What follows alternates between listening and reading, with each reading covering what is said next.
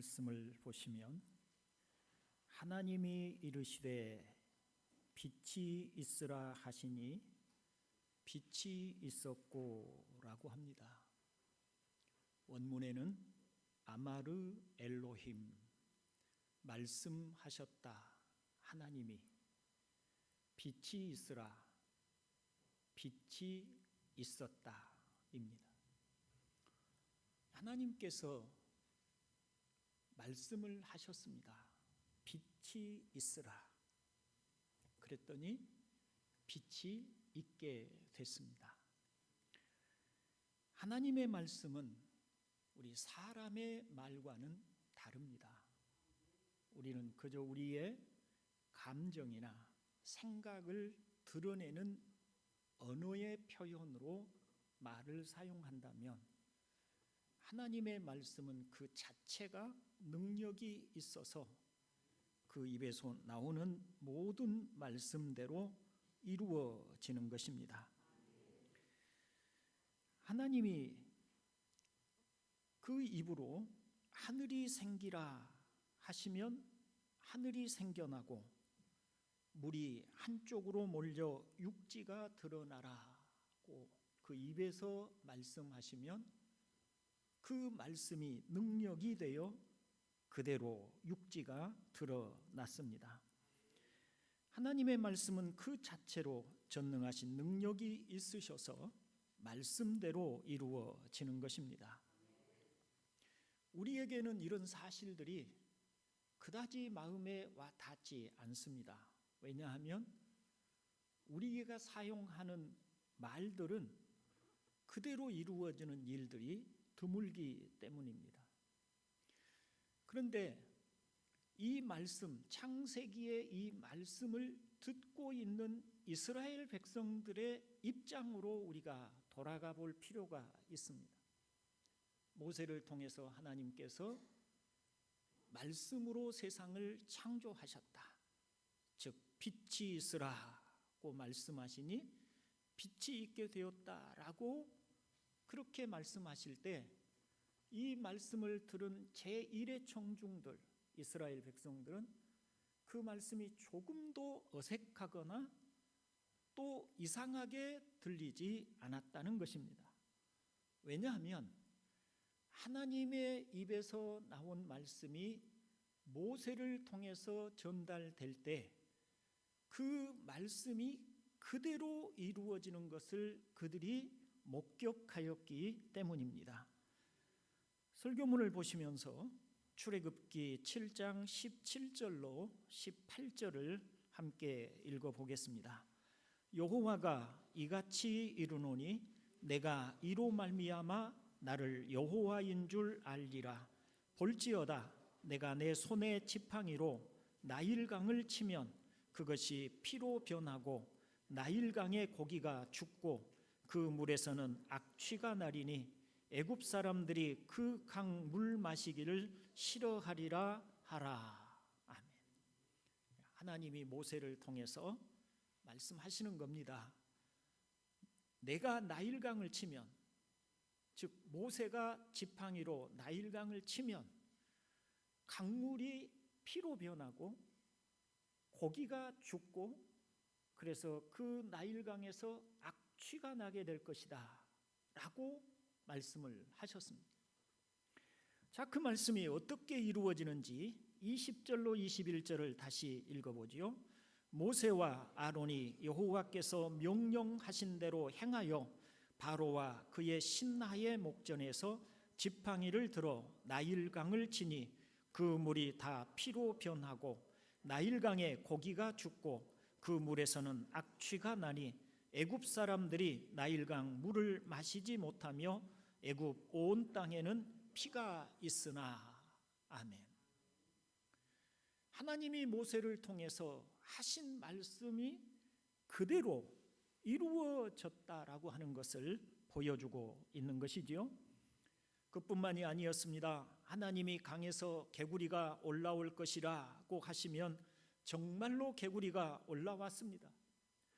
또 내일이면 개구리가 집에서 물러가서 다 죽을 것이라고 하나님이 모세를 통해서 말씀하시니 개구리가 과연 그 말씀대로 물러가서 죽었습니다. 모세의 말을 따라서 하늘에서 우박이 쏟아지기도 하였고 파리가 몰려들기도 하였습니다.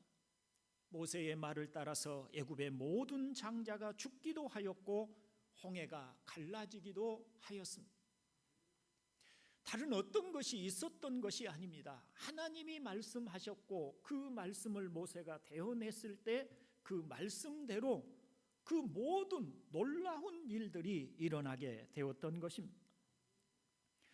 이런 경험들을 하였던 이스라엘 백성들에게 하나님이 빛이 있으라 하시니 빛이 있었다라고 하는 이 말씀엔 조금도 어색하게 들리지도 않았고 실현 불가능한 일을 이상스럽게 말한다고 생각하지도 않았습니다. 그들에게는 그 말씀들이 너무나 자연스러웠던 것입니다. 이처럼 하나님의 말씀은 능력이 있습니다. 하나님은 세상을 말씀으로 창조하셨습니다. 하나님의 입에서 나오는 모든 말씀은 큰 권능을 가지고 역사하셨고 그 입에서 나온 말씀대로 이루어졌습니다. 그렇다면 오늘 우리는 이런 질문을 하게 됩니다. 그 능력의 말씀이 오늘도 여전히 우리에게 선포되고 있는데 왜 오늘 우리는 그 전능하신 말씀을 볼 수 없는 것인가 라고 말입니다. 하늘도 창조하시고 땅도 말씀으로 지으신 하나님의 말씀을 우리는 늘 듣고 배우는데 왜 지금은 능력의 역사가 나타나지 않는가 말입니다. 지금도 하나님께서 말씀 한마디만 하시면 암덩어리도 낫고 또 재물들이 몰려들어 큰 부자가 될 수도 있을 텐데 왜 하나님은 지금은 그와 같은 능력의 말씀을 하시지 않을까요? 혹은 우리가 성경을 따라서 오늘 하나님께서 우리에게 이와 같은 기적을 나타내 주는 것이 하나님의 뜻이 아니기 때문이라고 말할 수 있다면, 그렇다면 하나님은 오늘 우리에게 말씀하시는데 왜 우리의 삶은 변화가 일어나지 않는가라는 생각을 하게 되는 것입니다.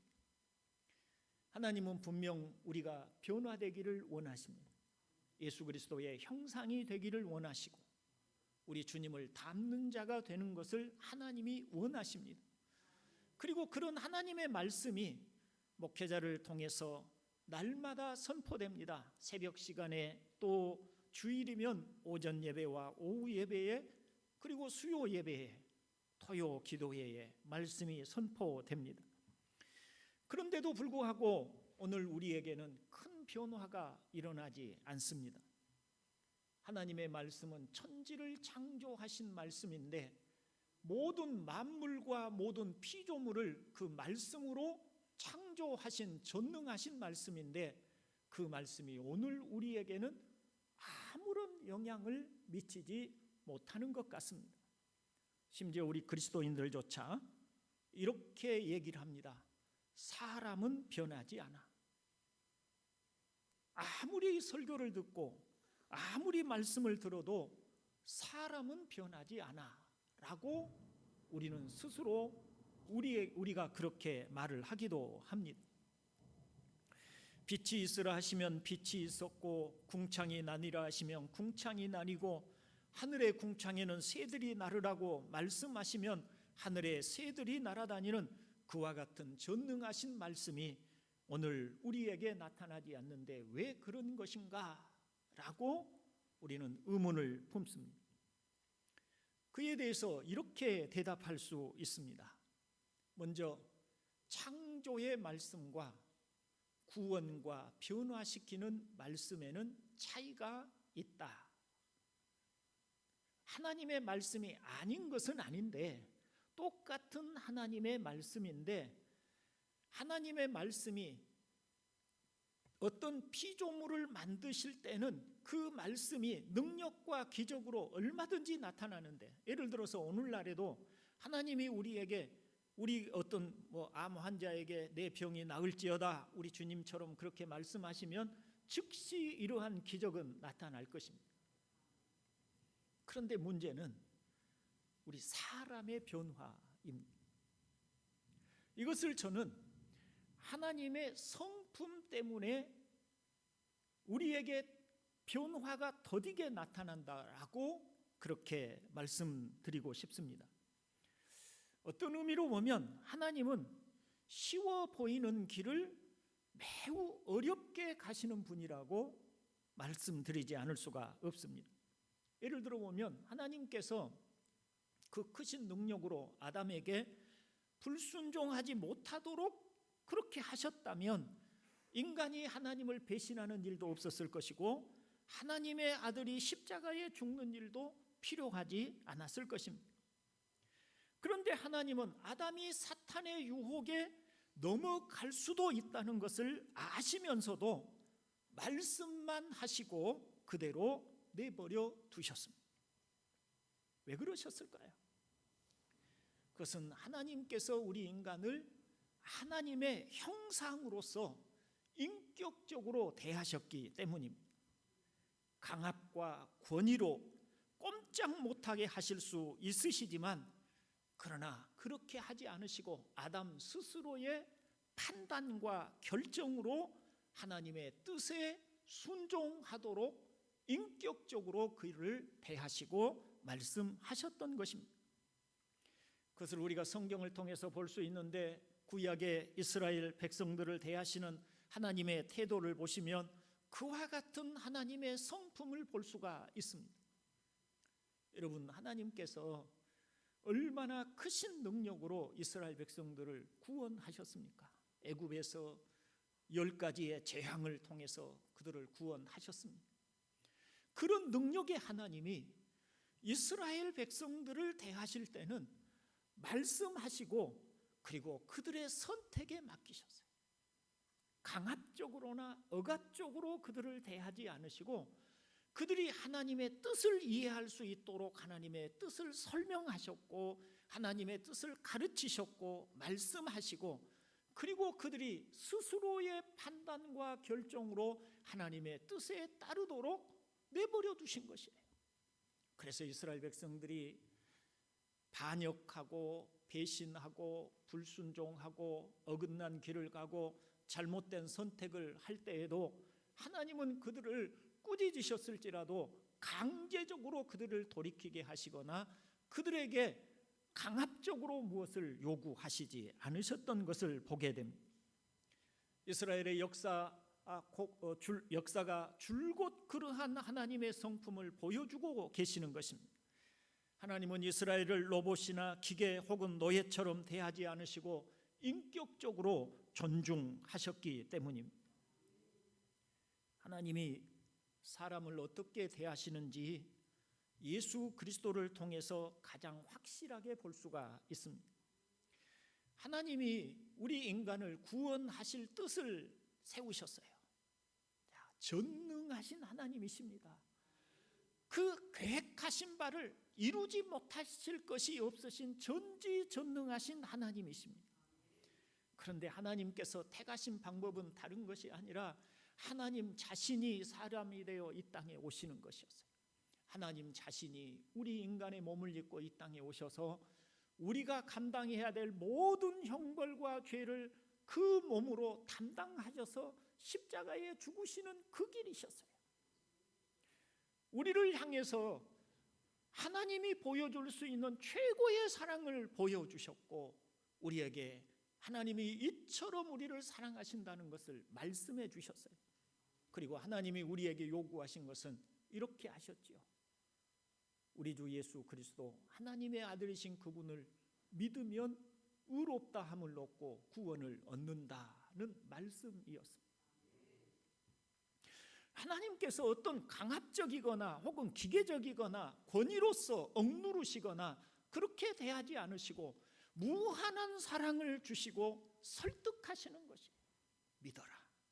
믿으면 예수 그리스도가 십자가에 달려 죽으신 십자가의 공효를 너희에게 베풀어 너희가 모든 죄의 사함을 얻고 구원을 받을 것이다 라고 하는 것이었습니다. 이게 하나님의 성품이세요. 하나님은 우리를 인격으로 대하십니다. 존중하십니다. 하나님께서는 우리의 판단과 결정에 설득하시고 또 사랑을 보여주시고 우리를 위해서 희생하시고 우리를 향하여 섬기심으로 하나님의 뜻을 우리에게 가르쳐서 우리가 인격적으로 반응하도록 하시는 방법을 선택하신 것입니다. 이것은 그분의 성품 때문입니다. 능력이 없어서가 아닙니다. 얼마든지 말씀 한마디로 하실 수 있는 분이시지만 하나님의 성품은 우리를 그렇게 대하지 않으신 것입니다. 우리의 변화 또한 마찬가지입니다. 하나님께서는 그 크신 능력으로 우리를 단번에 한 점 흠도 없는 사람으로 얼마든지 만드실 수 있는 분이시지만 하나님은 우리에게 그렇게 하지 않으세요. 끝없이 말씀으로 설득하시고 끝없이 우리에게 교훈하시고 계속해서 우리에게 호소하시고 또 사랑으로 우리를 대하여 주시는 줄로 믿습니다. 동산교회 형제 여러분, 그렇다고 해서 하나님께서는 단지 우리의 선택에만 맡기고 기다리고만 계신 것은 아닙니다. 말씀하실 뿐만 아니라 성령님을 통해서 감화해 주시고 또 진리로서 우리 마음을 밝혀주시고 설득하시고 그리고 기도의 응답하심을 통해서 우리를 도와주십니다. 마치 말이죠, 고집불통의 아이를 사랑으로 대하고 설득하며 마음과 애정을 쏟아붓는 부모의 마음으로 우리를 대하신다고 말해도 틀림이 없겠습니다. 그러다가 이 아이가 조금이라도 부모의 사랑을 알고 조금이라도 변화되면 마치 세상을 얻는 것처럼 좋아하고 기뻐하는 부모처럼 우리를 대하시는 것입니다. 말씀으로 천지를 창조하신 하나님이 고집스럽고 완악한 우리를 향하여 품으신 하나님의 마음을 깨달을 수 있기를 주님의 이름으로 축원을 드립니다. 주님은 탕자의 비유를 통해서 하나님의 마음을 우리에게 가르쳐 주셨습니다. 그 탕자가 했던 행위는 용납할 수 없는 악독한 행위였음에도 불구하고 그 아버지는 그 아들이 요구하는 대로 유산을 주어 내보냅니다. 그리고 그가 돌아오기를 집 문 밖에서 아무 능력이 없는 분처럼 기다리고 계십니다. 마치 아무런 아들이 스스로 선택하고 돌아올 때까지 아버지가 할 수 있는 일은 아무것도 할 수 없는 분처럼 문 밖에 서서 집을 나간 아들이 돌아오기만을 기다리고 계시는 부모의 마음, 그 아버지의 모습을 한번 연상해 보십시오. 그 모습이 바로 하나님의 모습인 것입니다. 우리 주님은 하나님이 어떤 분이신가를 우리에게 이렇게 탕자의 비유를 통해서 설명해 주셨던 것입니다. 그러니 여러분, 늘 어긋나기만 하는 아들이 돌아오기를 기다리는 부모처럼 우리가 하나님의 말씀을 듣고 변화되어 하나님의 자녀다운 모습으로 새로워지기를 바라시는 하나님의 마음을 깨달을 수 있기를 원합니다. 그 하나님의 사랑을 알기를 원합니다. 그래서 우리 안에 감화가 되고 감동이 되고, 그래서 아버지의 마음을 깨달아서 그 사랑에 우리가 스스로 자발적으로 하나님 앞에 나와서 그 앞에 무릎을 꿇고 경배하는 성도 되기를 주님의 이름으로 축원을 드립니다. 하나님께서 이 천지를 창조하시고 그 후에 가장 먼저 창조하신 것은 바로 빛이었습니다. 빛이라고 하면 우리는 태양빛을 언뜻 떠올리는데, 근데 사실은 우리가 생각해 보면 단지 어둠을 밝히는 빛이 태양빛만 있는 것은 아니죠. 전기도 어둠을 몰아내는 불을 밝혀주기도 하고, 또 심지어는 우리가 개똥벌레라고 하는 반딧불이도 아주 작지만 빛을 발하는 것을 우리가 볼 수가 있고요. 또 옛날에는 우리가 이 석유를 가지고 등잔불을 만들어서 불을 밝혔던 일도 있습니다. 하나님이 창조하신 처음 창조는 태양빛이 아니라 빛을 먼저 창조하셨다는 것입니다. 그 다음에 그 빛을 발하는 물질로서 태양과 달과 별들을 창조하셨습니다. 하나님이 빛을 창조하신, 가장 먼저 빛을 창조하신 것은 흑암에 묻힌 세상을 드러내셔서 피조물, 하나님이 창조하신 피조물의 아름다움을 나타내 보여주려 하심이었습니다. 깊은 어둠 속에서는 아무리 아름다운 자연이라도 볼 수가 없고 드러나지 않습니다. 빛이 창조되고서야 비로소 세상은 아름다움과 하나님의 영광을 나타내게 되었습니다.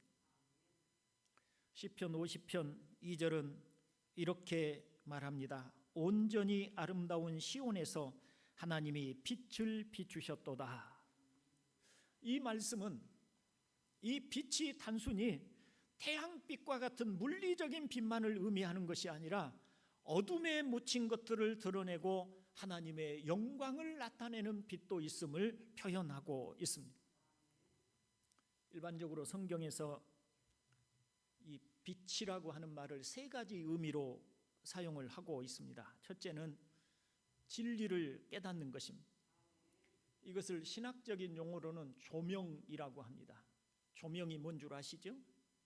이 빛을, 전구 빛을 이렇게 비추어서 우리 이 어둠 속에 있는 것들을 밝혀 주는 것입니다.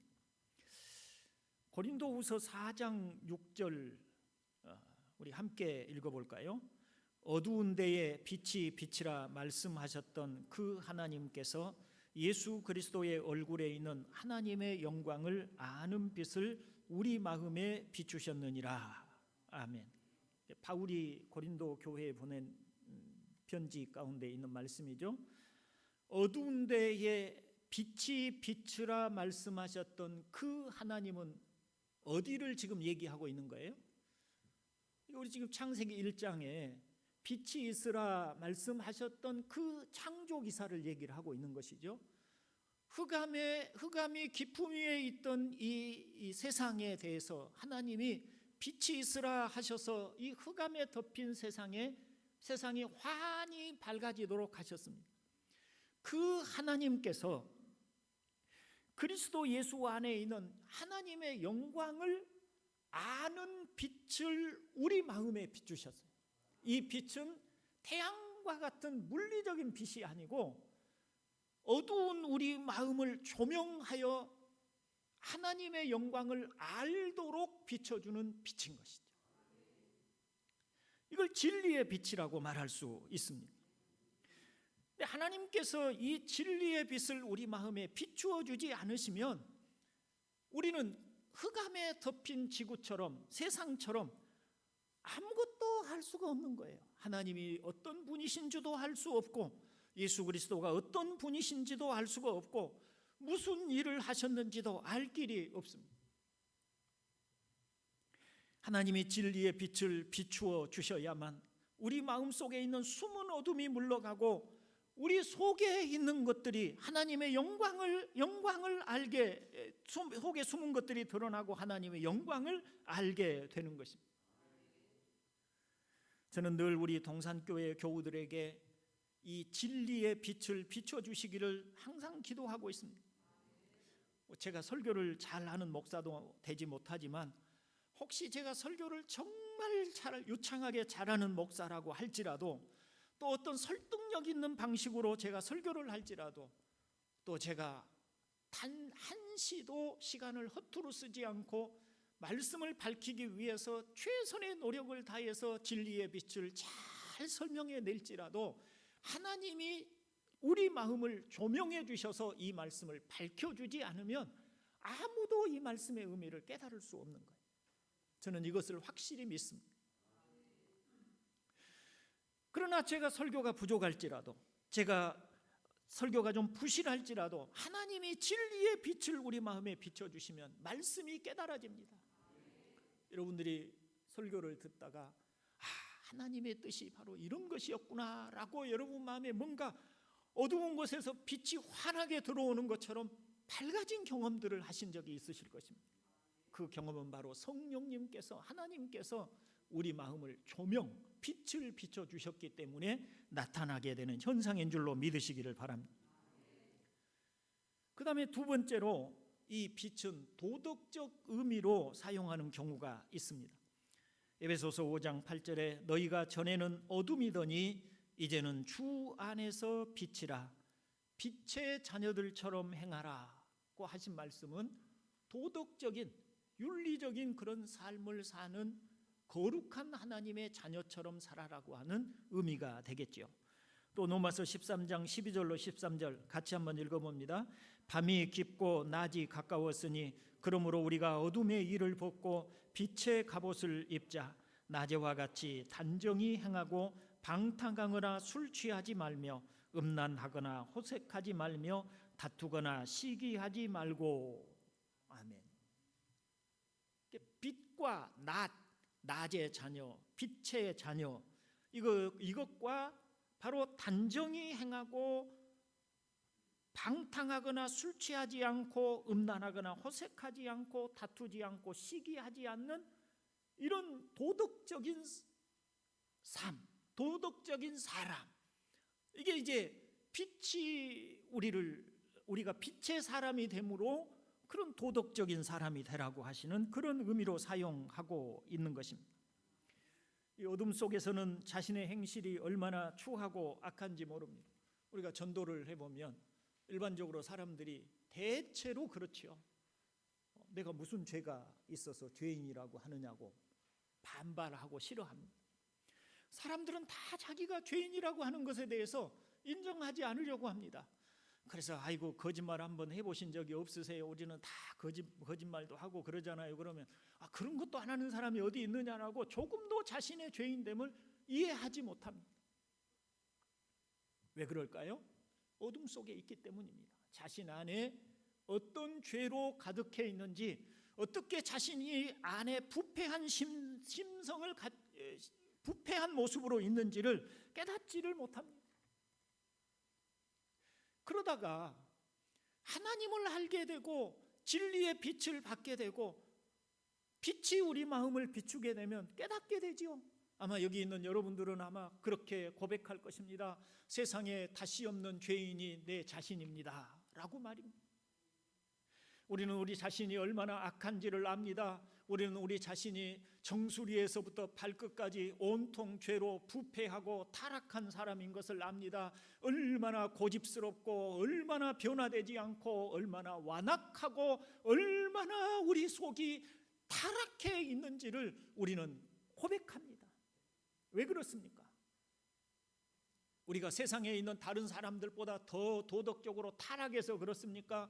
그들보다 우리가 훨씬 더 악하게 살아서 그렇습니까? 아닙니다. 우리는 깨달았기 때문입니다. 하나님이 빛을 비춰주시니까 우리가 깨닫는 거예요. 어두운 방 안, 캄캄한 방이 있습니다. 거기에 문을 활짝 열어 제키니 태양빛이 그 방 안으로 쏟아져 들어갑니다. 그러면 그 방 안에 바퀴벌레며 이런저런 벌레들이 크게 숨어 있다가 빛이 들어오니까 황급히 도망을 갑니다. 빛이 그 방 안을 비추고 나서야 그 방 안에 있는 더러운 것들이 다 드러나게 되는 것이죠. 그렇듯이 우리 마음속에 있는 모든 악한 것들과 어두운 것들이 우리 마음속에 가득 들어있는데 우리는 그것을 알지 못한 채로 자신이 스스로 의인인 채로 자신이 깨끗한 척 자신이 괜찮게 살아가고 있는 사람처럼 그렇게 여기고 살아가는데 진리의 빛이 우리 안에 들어오게 되면 그때서야 우리는 우리 스스로가 얼마나 악하고 타락한 사람인가를 깨닫게 되는 거예요. 이게 단순히 하나님의 말씀만 깨닫는 것이 아니라 도덕적으로 우리가 참 나쁜 사람이라는 것을 알게 된다는 것이, 이렇게 깨닫게 하시는 은혜가 있기를 바랍니다. 그래야 우리는 방 안이 더러운 것을 깨달아야 방을 청소할 수 있는 거예요. 우리가 안에 어두운 것을 알아야 비로소 우리가 어떻게 해야 이 어두운 것들을 물러내고 비껴내고 다시 깨끗한 방이 될 수 있는지를 딱 깨끗한 방이 되게 하는 길을 방이 되게 할 수 있는 것입니다. 그걸 알지 못하면 할 수 없는 것입니다. 먼저는 깨닫는 은혜가 있어야 되는 줄로 믿습니다.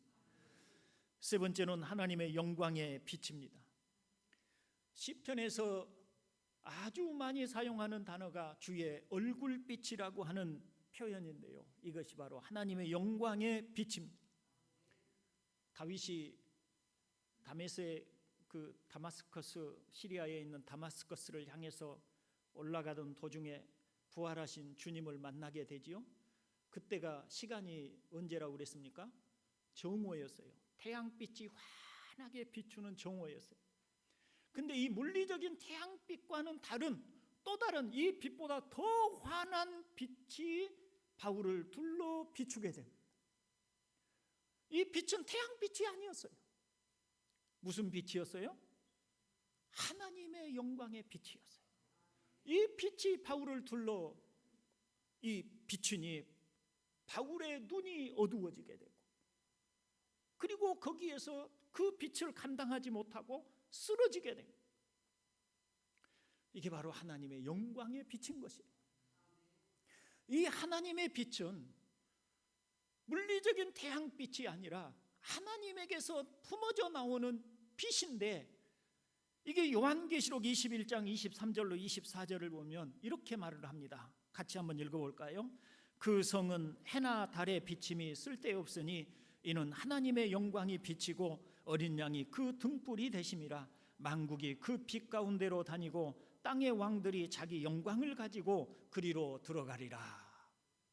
그때는 태양과 같은 물리적인 빛이 사라집니다. 왜냐하면 이제는 하나님에게서 나오는 그 빛이 하나님이 계신 그 모든 바운다리를, 그 모든 새 예루살렘을 비추고 있기 때문에 그 안에 해와 달의 비침이 필요가 없게 된다라고 하는 그런 말씀입니다. 어쩌면 이 빛이라고 하는 것은 원래 하나님이 본질적으로 가지고 계셨던 것 같습니다. 하나님이 가지신 이 빛을 하나님이 물리적인 빛으로 바꾸셔서 이 지구를 비추게 하신 것으로 이해해도 틀림이 없을 것 같습니다. 이제 말씀을 정리하고 마치려고 합니다. 동산교회 형제 여러분, 지금 우리에게는 물리적인 빛이 아닌 하나님의 영광의 빛과 진리의 빛이 절실하게 필요합니다. 우리에게는 어둠에 덮인 채 온갖 쓰레기와 같은 것들에 잠식하여 살고 있습니다. 우리를 미혹하여 영원한 죽음, 즉 사망에 이르게 하는 사탄의 유혹을 분별하지 못하는 어리석음에 잠식당하여 날마다 벼랑 끝으로 가면서도 깨닫지 못하고 있습니다. 저를 한번 보십시오.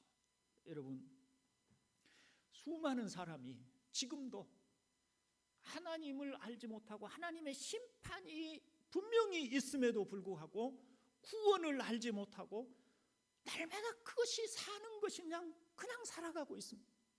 그저 돈 많이 벌고 그저 내 인생 행복하면 된다고 생각하고 그냥 하루하루를 물질적인 그런 것들을 향유하고 그냥 살아가고 있습니다. 그런데 그 길 끝에 멸망이 있고 지옥불의 심판이 있고 하나님의 심판이 있는데 그것도 알지 못한 채로 가고 있어요. 왜냐하면 어둠에 쌓여 있기 때문인 것입니다. 그런데 하나님이 이 빛을 비춰주시기를 바랍니다.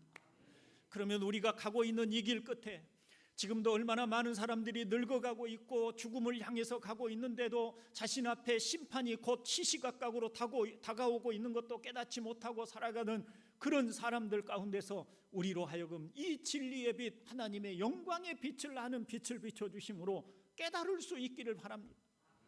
그래서 우리 영혼을 돌아보고 하나님의 구원의 길을 찾을 수 있기를 주의 이름으로 축원을 드립니다. 얼마나 많은 사람들이 헛된 우상들을 사랑하고 섬기면서도 알지 못하고 또 자신의 가치에 대한 왜곡된 인식으로 열등감이나 낮은 자존감에 시달리면서 살아가는지 모릅니다. 쓰레기 같은 잘못된 습관들과 선입관들, 성경의 진리에 대한 왜곡된 인식들로 영적인 자유를 잃고 억압당하고 있음에도 알지 못합니다. 이와 같은 어둠의 일들은 오직 하나님이 빛을 비춰주셔야만 드러나고 깨닫게 됩니다. 하나님은 날마다 우리 안에 숨은 어둠을 드러내시고 진리의 빛을 비춰주십니다. 새벽마다 하나님의 말씀으로 주일이면 또 하나님의 말씀으로, 수요일에도 토요 기도에도 진리의 말씀으로 우리를 비춰주십니다. 하나님은 깊고 크신 사랑으로 빛을 비추시면서 우리를 재창조하여 가십니다. 주님을 닮고 따르는 하나님의 자녀로 인내와 사랑으로 설득하시며 우리를 빚어 가시고자 하시는 것입니다. 그런 하나님의 은혜가 우리를 설득하여 우리가 그 진리의 빛의 비춤을 받고 주님을 따라 살아가지는 성도가 되기를 주님의 이름으로 축원을 드립니다. 기도하겠습니다. 자비로우신 아버지, 우리 동산교회 주 예수 그리스도의 이름으로 구속받은 하나님의 자녀들의 마음을 비춰주시옵소서. 조명해 주시옵소서. 진리의 빛을 비춰주시고 하나님의 얼굴에 있는 영광의 빛을 보게 하여 주시옵소서. 그러므로 우리가 변화되게 하여 주시옵고 하나님의 마음을 깨닫게 하여 주시옵소서. 부모의 마음도 알지 못한 채 고집스럽게 살아가고 있는 아이처럼, 불량한 아이처럼 살지 말게 하여 주시옵고 아버지의 마음을 깨닫는 하나님의 마음을 이해하는 성도 되게 하여 주시옵소서. 우리 구주 예수 그리스도의 이름으로 기도드리옵나이다. 아멘.